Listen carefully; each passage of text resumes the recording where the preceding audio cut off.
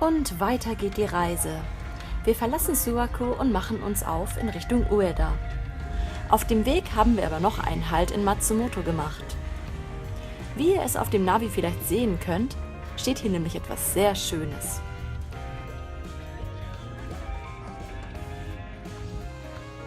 Matsumoto-jo, das Matsumoto-Schloss, ist eines der Hirajiro.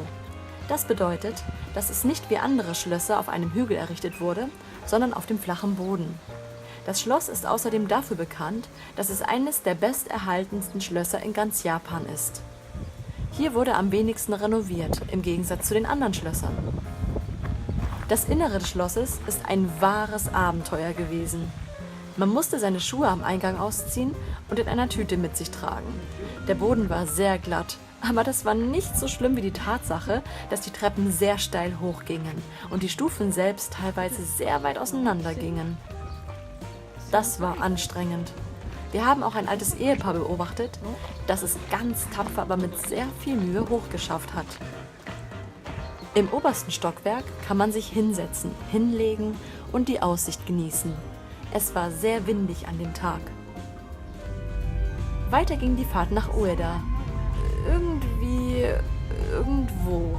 Wir haben uns dazu entschieden, nicht den Highway zu nehmen, damit wir mehr von der Natur sehen. Es war wunderschön, nur sind wir einmal einen Berg hochgefahren und wieder runter, weil wir gemerkt haben, dass oben die Straße wegen Bauarbeiten gesperrt war.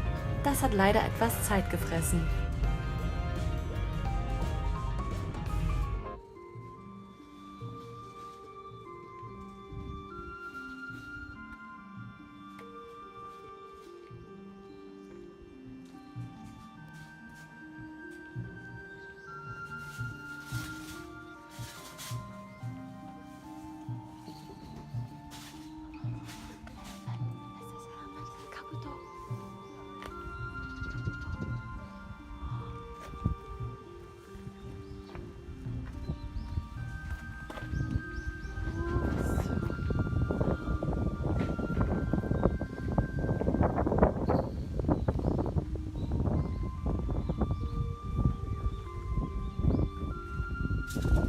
In Ueda angekommen, haben wir erstmal beim Ueda-jo angehalten.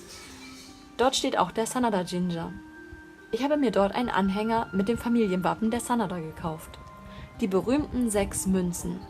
Die Münzen sind charakteristisch für die Familie der Sanada. Früher hat man geglaubt, dass man mit den 6 Münzen den Weg ins Jenseits bezahlen kann. Es gibt laut dem Buddhismus nämlich 6 verschiedene Orte nach dem Tod. Jetzt aber zurück zum Schloss. Oder, ja, zumindest das, was davon noch übrig ist. Es war leider komplett zerstört und wurde nur teilweise wieder aufgebaut. Ich schätze, nur die Steine sind noch übrig von den alten Zeiten. Sehr traurig. Im wiederaufgebauten Teil befand sich ein kleines Museum, aber das war sehr klein und sah auch recht leer aus.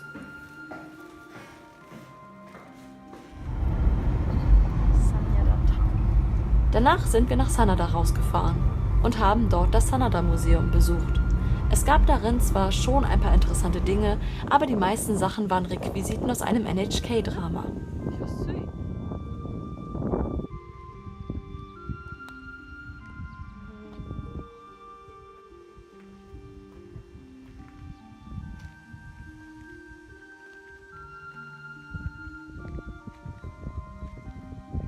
Direkt neben dem Museum befindet sich den Hügel hinab die alte Sanada-Residenz. Zumindest, was noch von ihr übrig ist. Und das waren auch nur ein paar Steine. Sie hatten einen wundervollen Ausblick. Ich habe immer versucht, mich hineinzuversetzen und in der Zeit zurückzudenken, aber das war nicht immer leicht. Ich habe die Bäume begutachtet und mich gefragt, welcher dieser Bäume die Sanada wohl noch miterlebt haben könnte. Nächste Station, Chokukuji. Mein absolutes Highlight des Roadtrips. Warum? Das werdet ihr gleich sehen.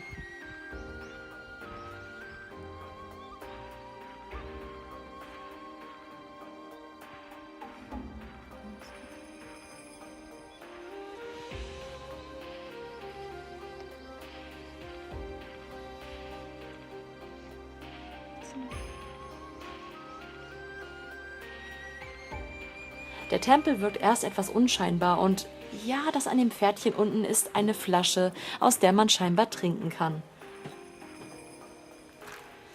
In diesem Tempel befindet sich das Grab von Sanada Masayuki, dem Vater von Nobuyuki und Nobushige, der allerdings besser bekannt unter dem Namen Yukimura ist.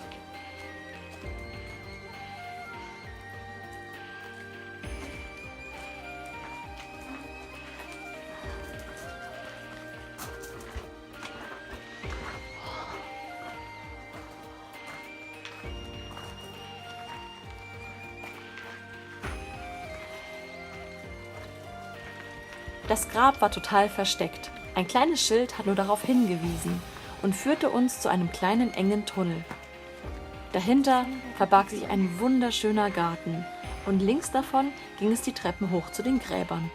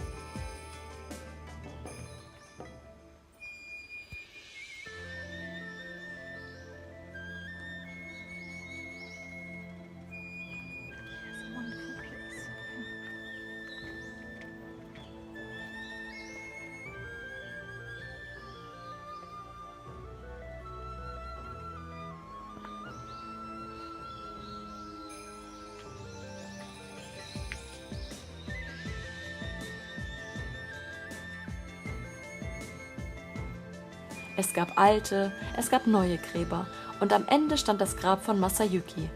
Und das Besondere daran war, es war mit Münzen bedeckt. Die Münzen waren immer in 6 Stück aufgeteilt. Ich war so sprachlos. Ich wollte ihm auch Münzen dalassen. Ich wühlte in meinem Portemonnaie. Ich hätte ihm so gerne die goldenen 5-Yen-Münzen mit dem Loch dagelassen, aber die hatte ich nicht. Verdammt, nur Scheine. Ich wühlte weiter und ich hatte tatsächlich noch 6 1-Yen-Münzen. Ganze 6 Stück.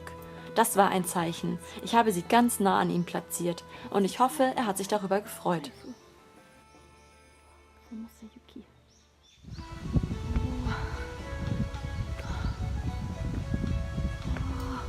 Unsere letzte Stage für heute war der Shinkoji.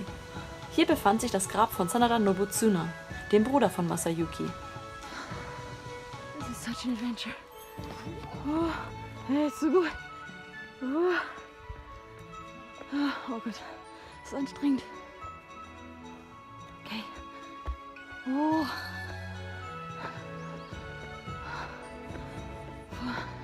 Nobuyukis wife. Wir dachten erst, hier wäre Komatsuhime, die Ehefrau von Nobuyuki, begraben. Aber da hatten wir uns geirrt. Das Grab lag auf einem Hügel und der Weg dahin war sehr steil. An dem Tag kamen wir wirklich gut außer Atem. Ich habe ihm auch eine Münze dagelassen.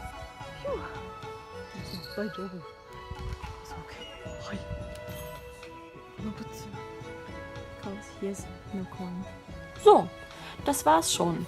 Das war unser kleiner Ueda Sanada-Tag. Danach ging es ins Ryokan und etwas zu futtern suchen. Wir fanden ein Izakaya und ich habe Frozen Umeshu probiert. Der war lecker, aber auch echt sehr stark.